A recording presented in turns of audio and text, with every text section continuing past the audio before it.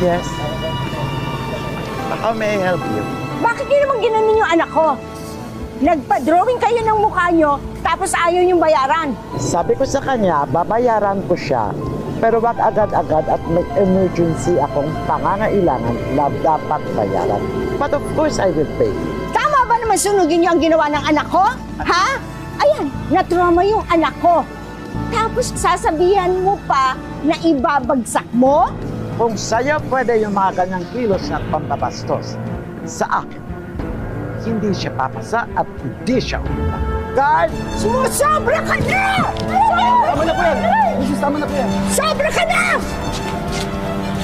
Tandaan mo mukha at huwag mo nang papasukin. Go! Malis ka na bago tayo mo. Nireklamo kita! Mrs., umalis na lang po kayo. Tandaan mo mukha. Thanks,